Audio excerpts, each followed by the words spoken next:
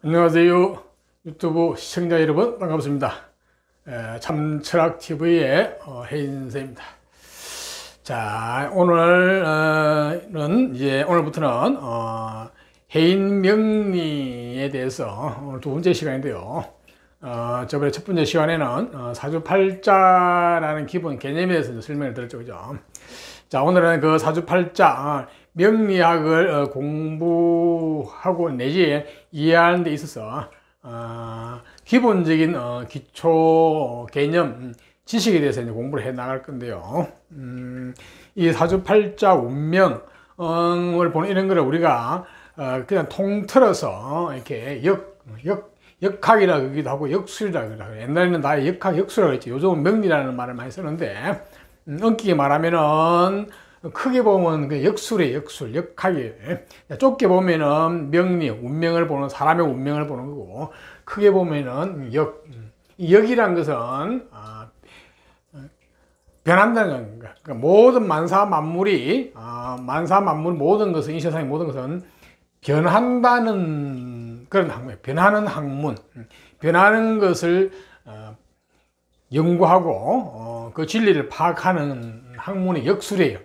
그러니까 대단한 거죠, 그죠? 실제로 이 세상의 만사 만물은 다 고정불변이 없죠. 다 변하죠, 그죠? 그래서 변하기 때문에 세상이 발전도 하고 또 태보도 하고 뭐 이런 식으로 생과 사도 있고 이런 식으로 하죠. 그래서 이 변한다는 게 굉장히 중요한 거예요. 역술이라고 역하기도 하고. 그래서 뭐 역술, 역학 그러면은 뭐 사주팔자뿐 아니고 뭐 여러 가지 많이 있거든요. 근데 이제 이거를 우리가 사주팔자에다가 국한 지으면은 그냥 명리학이라 그러기도 합니다. 그런 식인데, 우리가 동양역술은 동양역술, 이 역을 하려고 그러면은 가장 기본적인 어떤 기본 개념이 이게 왜 변하느냐. 이 만사 만물이라는 게, 우주라는 게, 우리 지구도 마찬가지지만요. 처음에 태어날 때 이렇게 어떤 무극의 상태에서 전혀 극이 없죠, 그죠? 그러니까 어떤 구분이 없는 그런 극의 상태에서 지금 혼돈의 상태였죠, 그죠? 케이오스의 상태에서 이제 음과 양이라는 양극이 생겼어요. 거기서 나아가서 또 뒤에 오행이라는 어떤 또 세분화됐거든요. 그러니까 음과 양극이 생기고, 거기서 또 음이나 양 속에서 또 오행이 갈라져 나왔어요. 이렇게 하면서 이 세상에 만사 만물이 다 존재하게 됐거든요. 그래서 가장 기본 바탕에는, 역이란 바탕에는 음양오행이라는 게 깔려 있는 겁니다. 그 음양오행을 이해하는 것이 바로 이 역을 이해하는 거예요. 역학, 역술. 세상의 근본 이치를 이야기하는 거지. 근본 어떤 원리. 그러니까 이 세상 모든 것은 다 음과 양, 그리고 나아가서 오행으로 이루어져 있어요. 그러니까 음과 양, 음양, 오행으로 모든 이 세상의 모든 만사 만물을 다 설명하고 이해할 수 있어요. 그 범주를 벗어날 수가 없어요. 이 세상 만사 만물은, 심지어는 저성도 마찬가지다. 예, 그래서 우리가 모든 역을 공부하기 전에 가장 중요한 게 오늘 이제 하게 되는 음양하고 오행, 이게 가장 중요합니다. 이 기본 개념을 머릿속에 넣고 또 본인이 몸으로 체득하는 게 좋아요. 그렇게 되면 공부는 끝났습니다. 이 역학의 공부는. 음양 오행만 제대로 알면은 공부는 끝났죠, 그죠? 그 다음부터는 이제 응용하는 것만 남아 있으니까. 그래서 이제 오늘부터는 이제 음양 오행을 하게 됐겠는데, 자, 오늘은 이제 음양, 지금 이 시간에는 음양에 대해서 이제 말씀드릴 건데요. 자, 음과 양. 이 세상에 처음에는, 앞에 했자면은 큰 어떤 케이오스의 혼돈의 상태에서 음과 양으로 양극으로 갈렸죠, 그죠? 그래서 우리가 뭐 태극이라고도 하고 그러는데요. 그래서 음과 양이 생기는데, 그 음과 양이 우리가 지금 개념적으로 이해하려고 그러면은 그냥 자연 상태에서 이해하는 게 가장 빨라요. 빨라서 그거를 일단은 그런 식으로 개념을 이해하고, 그 다음에 깊이 들어가면 속성이나 이런 것은 굉장히 다양하고 깊이가 깊이가 있겠죠. 그죠? 우선에 큰 틀에서 개념적인 것을 이해하는 게 중요하거든요. 그래서 오늘은 이제 음과 양에 대해서 말씀을 드리는데요. 자, 음이란 것은, 자, 우리가 자연 상태에서 보면은, 우리가 살고 지구가 있으니까, 우리는 지구에 살고 있으니까, 그지? 땅, 땅을 이야기하는 거예요. 음은. 거기에 반해서 양은 하늘, 천. 그래서 우리가 옛날에 천지, 그죠? 천은 뭐, 하늘이고, 땅은, 하늘은 부모고, 지는, 뭐, 나고, 또 하늘은 남자고, 지는 뭐 여자고, 이런 식으로 이제 나누기도 하는데요. 일단 기본적으로 자연 상태에서는 음은 땅이고, 양은 하늘이라고 생각하시면 됩니다. 자, 그 다음에 또 자연 상태에서 보면은 음은 하늘에 떠 있는 달이라 비유할 수도 있고요. 양은 하늘에 떠 있는 태양이라 볼 수 있죠. 자, 이거를 또 다른 말로 말하면은 음은 밤이라고 볼 수도 있고, 양은 낮이라고 볼 수 있죠. 또 이거를 비유해 보면은 음은 어두움을 표시하기도 하고, 양은 어떤 밝음을 표시하기도 하죠. 그죠? 이런 식으로 어떤 자연 상태에서도 비유를 해볼 수 있죠. 그죠? 물론 이런 것들은 다 나중에 쭉 가면 다 마찬가지. 음과 양은 또 상대적인 거라 볼 수 있습니다. 음 중에서도 양이 있고, 양 중에서도 음이 있고, 그건 깊이 들어가야 되는데, 우선은 이렇게 이분법적으로 나눠보는 게 우선 좋아요. 그러고 나서 나중에 또 이제 거기서 음 중에 양 중에 뭐 이런 식으로 또 보기도 하고, 그죠? 자, 그 다음에, 이제 아직 오행은 하진 않았는데, 오행이라는 게 목화, 토, 금, 수가 있거든요. 자, 오행 중에서 음은 수와 금을 상징해요. 수는 물이고, 금은 뭐, 쇠, 바위, 이런 쪽, 그런 쪽을 상징하고요. 양은 화와 목을 상징해요. 화는 불이고, 목은 나무를 상징하거든요. 일단 이렇게 자연 상태에서 있는 오행을 이렇게 이해하시는 게 좋아요. 그래서 음은 금과 수, 양은 목과 화, 이렇게 예순에 이해를 하시는 게 좋고요. 그 다음에 이제 어떤 살아있는 생명체라는데 사람으로 넘어오게 되면 음은 여자를 상징하죠. 여자. 그 다음에 양은 남자를 상징하고, 동물적으로 넘어가면은 동물적인 측면에서 보면은 음은 암컷, 양은 수컷, 그러니까 상징하죠. 그죠? 자, 우리가 모양실을 보면은 음은 요체를 보면은 이건 오목이죠. 오목. 들어갔죠. 그죠? 오목을 상징하고, 양은 볼록을 상징하죠. 그죠? 자, 그 다음에 음은 이 곡선을, 곡선. 반면에 양은 직선을 상징해요. 직선. 양은 앞으로 나아가는 성질, 뻗어나가는 성질. 이 음은 곡선이 나아가기도 하지만 물러서기도 하고, 나아가고 물러서기도 하기도 하고, 굉장히 유연하다 볼 수 있죠. 그죠? 음은 굉장히 직선적이고 강직하고 이렇다고 볼 수 있겠죠. 그죠? 자, 또 음은 기본적으로 습냉, 습하다는 거죠. 그러니까 어떤 수분, 축축하고 습하고, 그 차갑고, 차갑다는 얘기죠. 이런 기온 어떤 얘기인데요. 그 다음에 양은 조열, 마르고, 열, 덥다는 얘기죠. 덥다든지 이런 식이죠. 그 다음에 또 음은 짧다고 보면 양은 길다 이렇게 또 대비해서 볼 수도 있고, 자, 음이 작다고 그러면은 양은 크다 이렇게 또 대비해서 볼 수 있죠. 그죠? 자, 어떤 기본적인 성정이나 성질로 보면은 음은 기본적으로 좀 느긋하다 그러면 양은 기본적으로 조급해요. 양은 기본적으로 급하고, 조급하고, 양은 느긋하다고 볼 수 있습니다. 그에 비해서 양은 또 굉장히 열정적이죠. 열정을 말하면은, 음은 냉정합니다. 냉정하고, 양이 감정적이라 그러다면은 음은 상당히 이성적이죠. 그죠? 이성적이고, 또 양이 굉장히 또 거친 면이 있는 반면에 음은 부드러운 측면도 있죠. 그죠? 또 양이 굉장히 공격적이라 그러면은 이 음은 방어적이라고 볼 수도 있습니다. 그죠? 양이 어떤 에너지를 발산한다 그러면은 음은 에너지를 수용하고 또 수렴한 받아들인다는 그런 개념이 있고요. 양이 또한 어떤 굉장히 능동적이라 그러면은 음은 어떤 수동적인 이런 어떤 측면을 가지고 있죠. 그죠? 요거는 어떤 성량, 성질 이래서 비유한 거고, 그래서 이 음량을 보면은 우리가 큰 자연 상태에서 이렇게 볼 수도 있고, 그 다음에 이제 어떤 오행으로 나눠볼 수도 있고, 어떤 생물학적인 측면, 어떤 모양적인 측면, 뭐 이런 식으로 이제, 그 다음에 이제 어떤 차고, 그 다음에 뭐 덮고 하는 이런 식으로 또 나눌 수 있고, 크고 작고도 이렇게 비교해 볼 수 있고, 이 모든 것이 다 이렇게 이제 처음에는 여기 이분법적으로 이렇게 이해를 하시는 게 좋아요. 일단 해놓고 나중에 이제 중에서도 음이 있고, 중에서도 양이 있고, 양 중에서도 양이 있고, 양 중에서 음이 있고, 이런 식으로 또 이제 구분해 나가죠.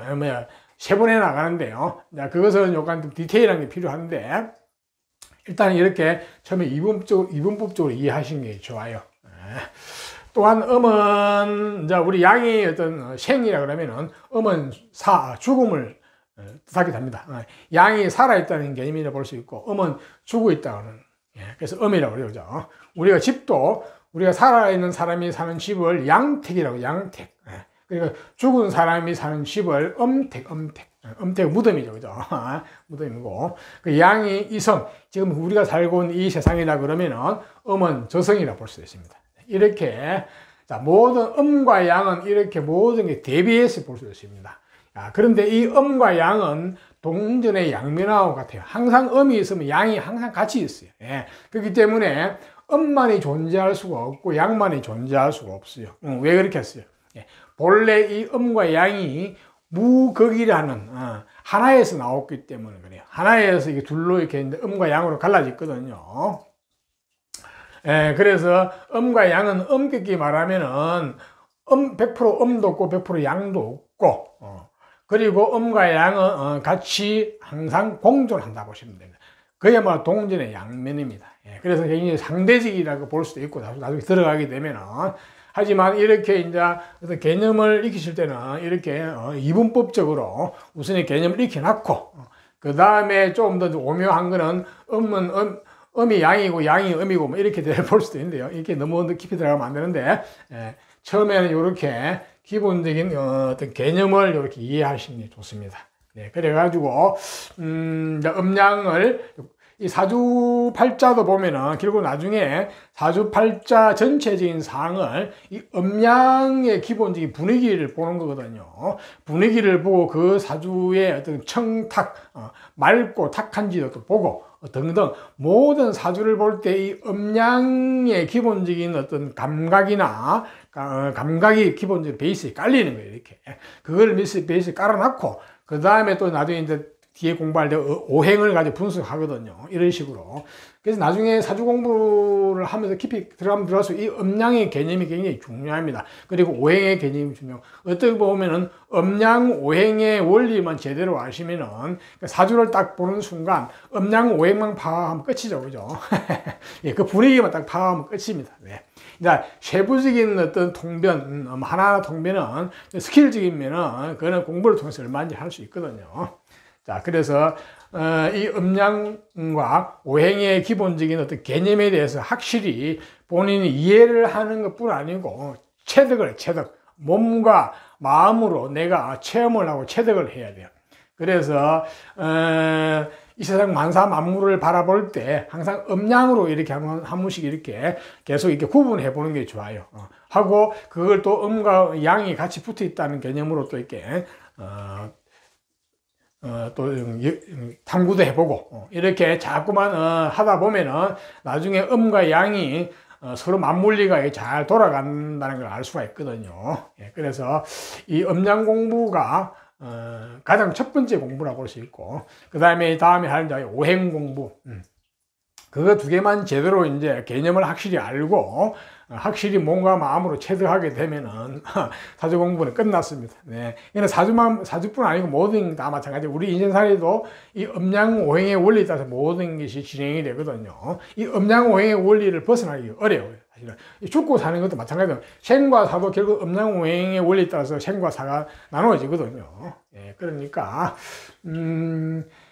자, 지금은 제가 이제 한 얘기는 이제 그야말로 이제 왕초보 내지 전혀 이제 이런 쪽을 모르시는 일반인 상대라 제가 이게 이제 기초 강의를 말씀드리는 거니까 그렇게 아시고 조금 관심이 있는 분들은 이제 이렇게 기본적인 걸 아시고, 그 다음에 음양 오행에 대한 어떤 시중에 또 서적 같은 게 많이 나와 있거든요.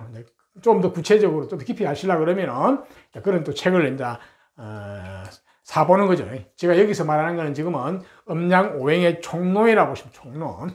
강론에 들어가면 뭐 복잡하고 여러 가지 많죠, 그죠? 우선 총론을 큰 틀에서 우선 숲을 먼저 보는 게 중요해요. 그 다음에 이제 구체적으로 들어가지고 강론을 공부하시는 게 좋거든요.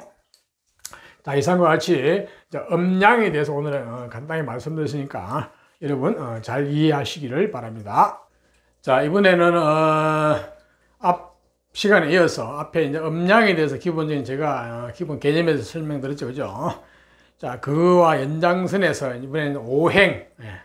그러니까 음양이 우리가 무극 상태에서 혼돈의 상태에서 음양으로 갈라져서 이제 만사 만물이 생기기 시작했잖아요, 그죠? 우리 우주 만물이. 근데 그 음양에서 또 이제 오행이 또 갈라졌어요. 그러니까 음에서도 오행이 나오고 양에서도 오행이 나오고, 그래서 이 오행이 나옴으로 해가지고 비로소 만사 만물의 이제 형체를 드러내고 구분되기 시작했죠, 그죠? 좀 더 이거는 세분화된 음과 양만 있었는데 처음에는 이게 오행이 이제 나눠짐으로 해서 이 세상의 만사 만물이 이제 어떤 생성되고 그 다음에 구분이 되었다고 보시면 됩니다. 예. 5가지의 어떤 성질인데, 자, 5가지 성질이 보면은, 우리 흔히 말하는, 여러분 알고 계실 분들 많이 계시겠지만은, 목, 화, 토, 금, 수라는, 예. 이 목, 화, 토, 금, 수 오행이라는 게 우리 생활 주변에도 많죠, 그죠? 요일도 보면은, 이게 목, 화, 토, 금, 수로 되어 있고, 뭐 등등 많아요. 뭐 색깔도 있고, 근데, 일단은, 음양과 오행, 이 세상 만사 만물에는 모든 것이 음양과 오행으로 다 이루어져 있다고 보시면 됩니다. 그거를 벗어날 수가 없어요. 근데 특히 이게 이제 오행은 보면은 오행은 목, 화, 토, 금, 수인데 이 오행의 개념을 이제 큰 틀에서 보자면은 목은 자연 상태에 보면은 나무를 상징하고 비유합니다. 그러니까 상징하고 비유한다고 생각해야 되지, 이 목이 나무라고만 못을 박아서는 안 돼. 물론 처음에는 그런 식으로 개념을 머리에 넣는 게 이해하는데 빠르기 때문에 이렇게 자연 상태에서 하는 건데, 자, 그래서 자연 상태에서는 목은 나무를 나무. 그 다음에 화는 불, 우리 불을 상징하죠, 그죠? 불도 많죠, 그죠? 뭐 태양도 있고, 뭐 우리 쓰는 불도 있고, 구체적으로 다 들어가면 많아요, 그죠? 그 다음에 토는 흙, 우리 따지, 땅, 대지, 흙을 상징하죠, 그죠? 그 다음에 금은 쇠, 금속, 내지 어떤 바위 같은 딱딱한 어떤 고체, 이런 걸 상징하거든요. 그 다음에 수는 어떤 그야말로 물을 상징해요. 우리가 먹는 물부터 해가지고 강물, 뭐 빗물 등등 물, 그죠? 이렇게 큰 틀에서 보면은 이렇게 자연 상태에서 이렇게 목화 토금수를 이제 말할 수 있겠죠, 그죠? 그 다음에 이제 계절적으로 보면은 목은 봄에 해요, 봄. 시작이죠, 시작. 봄은 시작. 또 시작을 의미하기도 합니다, 실제로. 그 다음에 화는 여름. 한창 이제 발산하고 활동적인 그런 여름을 상징하죠, 그죠? 그 다음에 토는 계절적으로 보면은 환절기. 우리 봄에서 여름으로 넘어갈 때 환절기가 있거든요. 그게 양력으로 4월달에 보면 2, 3, 4. 그 다음에 또 여름에서 가을로 넘어갈 때 또 토가 있어요. 예. 그때도 보면 양력으로 7월달인데 그때도 또 환절기 토가 있고요. 그 다음에 여름에서 가을로 넘어갈 때, 가을에서 이제 겨울로 넘어갈 때 또 토가 있거든요. 그때는 토는 또 양력으로 10월 달인데 그때도 마찬가지고, 그 다음에 또 겨울에서 봄으로 넘어갈 때 그런 양력으로 1월 달이거든요. 거기에 보면은 이 토가 항상 배치되어 있어요. 그래서 이거는 계절적으로 보면 토는 환절기라 보시면 됩니다. 왜 그러냐면은 봄에서 바로 여름에 넘어가면 뭐가 되겠어요? 문제가 되죠, 그죠? 그래서 반드시 중간에 완충기를 거치는 거예요. 그래서 이 토라는 글자가 들어가는 거예요. 이 토는 목도 아니고 화도 아니고 금도 아니고 수도 아닌 거예요. 중간에 해당하는 글자거든요. 그 중재 역할을 하는 글자라고 보시면 됩니다. 그래서 계절적으로 토가 반드시 배치되어 있죠. 이 굉장히 과학적이고 천문학적인 이야기입니다. 그 다음에 이제 금은 가을을 상징해요. 가을. 그 다음에 이제 겨울은 수는 겨울을 상징하거든요. 그래서 봄, 여름, 가을, 겨울, 토는 환절기 이렇게 해서 오행을 또 나눠볼 수 있고 이제 방향을 보면 목은 동쪽, 동향, 동방, 해가 뜨는 동쪽을 상징을 하고요. 화는 남쪽, 해가 중천에 떠올라서 남쪽이죠. 그죠? 남쪽 방향에 중천에 떠서 남쪽을 상징하고 토는 방향에서 동서남북이 아닌 중앙, 한가운데를 상징하기도 합니다. 그래서 이건 방향이 없죠. 그죠? 그 다음에 금은 서쪽, 서방이죠. 그죠? 서쪽. 해가 지는 쪽이죠. 그죠? 해가 기울어져 넘어가는 쪽이 서방이에요. 서쪽. 그 다음에 수는 북쪽. 해가 완전히 다 넘어가고 없죠. 그죠? 북쪽. 그래서 다음은 다시 또 동쪽으로 가죠. 그죠? 그래서 방향은 그렇게 볼 수가 있고 그 다음에 이제 이거는 색깔인데요. 우리가 오방색이라 그래요. 여러분들 흔히들 많이 이제 알고 계시죠, 그죠? 색깔로 보면 색상인데요. 자, 목은 청색, 푸른색을 상징하고 하고요. 자, 화는 적색, 붉은색. 토는 황색, 우리가 주황색이라 그러죠. 주황색, 노란색 계통 그쪽을 상징하기도 하고, 금은 백색, 흰색을 상징합니다. 자, 수는 흑색, 검정색을 상징합니다. 이게 우리가 이제 흔히 말하는 오방색이죠, 그죠? 우리 색깔은 이걸 가지고 뭐 색깔이 맞냐 안 맞냐 이렇게 하게 되는데 이 색깔도 상당히 중요한 의미가 있습니다. 그 다음에 이제 맛을 보면은 목은 신맛을 상징해, 신맛. 그 다음에 화는 쓴맛. 그 다음에 토는 단맛. 그 다음에 금은 매운맛.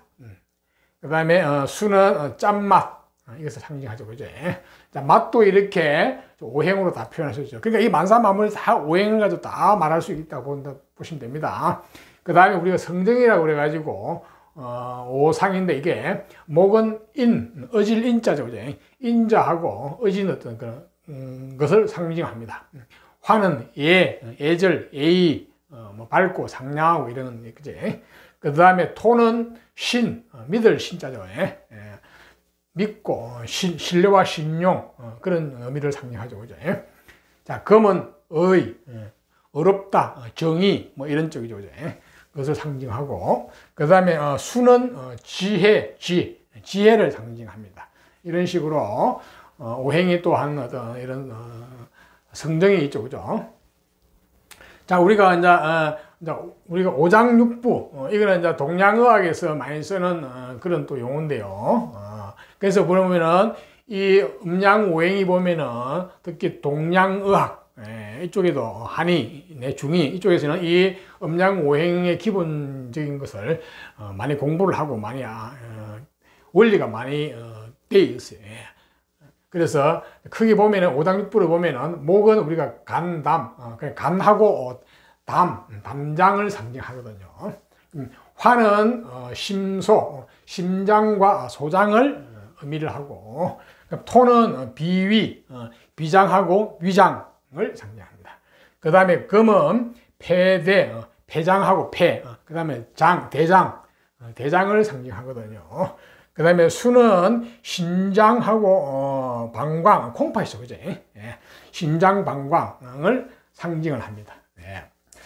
자, 그 다음에 우리 얼굴에서 보면은 목은 눈 자체의 모양이죠. 눈 형상을 상징하거든요. 그 다음에 화는 그 눈의 시력을 상징하기도 하고요. 토는 우리가 먹는 입이죠. 그죠?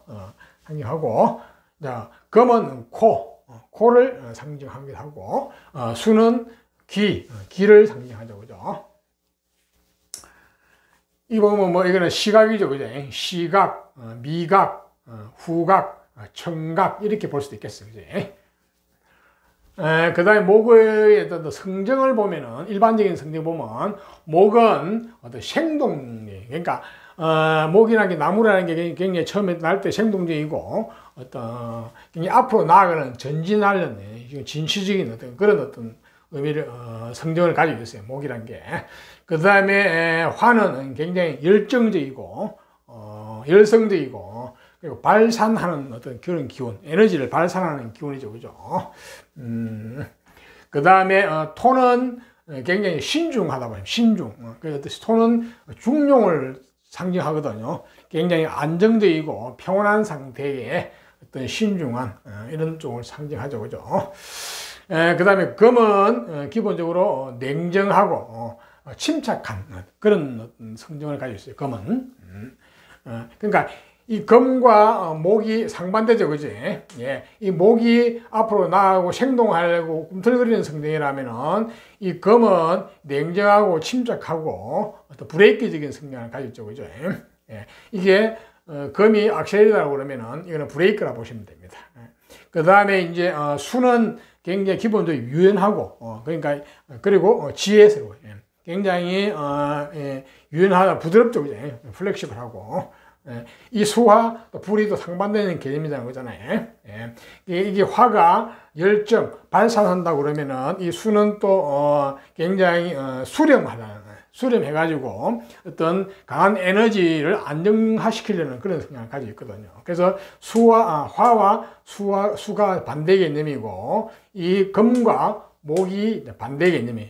이 토는 중앙에서 중재하는 중앙 개념이죠, 그죠? 자, 이렇게 이제 오행의 이제 기본적인 어떤 큰 카테고리에서 보는 제가 어떤 특징을 이렇게 말씀드렸으니까 요거를 잘 기본적으로 이해를 하시고 역시 마찬가지 몸으로 체득해야 됩니다. 네. 그러니까 항상 이 만사만물을 볼 때 음양과 오행을 대입을 시켜가지고 항상 그 탐구하고 연구하고 생각해보는 그런 버릇을 길는 게 좋아요. 그렇게 되면 나중에 만사만물이 다 이 음양오행으로 이렇게 해석이 되거든요. 자, 그렇게 되면 나도 사주팔자를 볼 때도 마찬가지. 결국 나도 사주팔자를 이 음양오행을 보고 어떻게 작용하는지를 보고 거기에 또 구체적으로 뭐 어떤 육친관계라든지 우리 인생사에서 일어나는 어떤 일을 대입을 해가지고 이제 응용하고 활용하는 그런 거거든요. 그래서 이 기본적인 어떤 기초 베이스, 이 가장 기초되는 어떤 학문이거든요. 그것을 이렇게 오행의 기본적인 개념을 잘 익히시면 좋겠습니다. 물론 이제 다음 시간에 천간오행을 할 것인데 여기에 지금 앞에 적어놨죠, 그죠? 이게 하나의 천간오행인데 이 천간오행에 이제 이 오행이라는 쪽으로 이 천간지지인데요. 하늘의 기운과 땅의 기운을 이렇게 부호로 표현하는 게 천간 지지의 지지거든요. 글자인데, 이게 오행으로 이제 나눌 수 있거든요. 이거를요. 다음 시간에 할 것인데, 미리 제가 앞에 해놨죠. 그죠? 자, 목은 하늘의 기운은 갑을을 목을 상징하고, 땅의 기운에서는 인묘, 그 다음에 화는 하늘의 기운에서는 병정, 땅의 기운에서는 사오, 그 다음에 토는 진술, 충미, 그러니까 4개가 있다. 계절마다 들어있다고 했잖아요. 4개. 그러니까 진과 술, 충미가 있고, 그 다음에 하늘의 기운에 무기가 빠졌네. 무토, 기토가 있어요. 여기에 하늘의 기운에서 무토, 기토가 있고 또 이제 그 다음에 금은 하늘의 기운에서는 경신, 땅의 기운에서는 신유.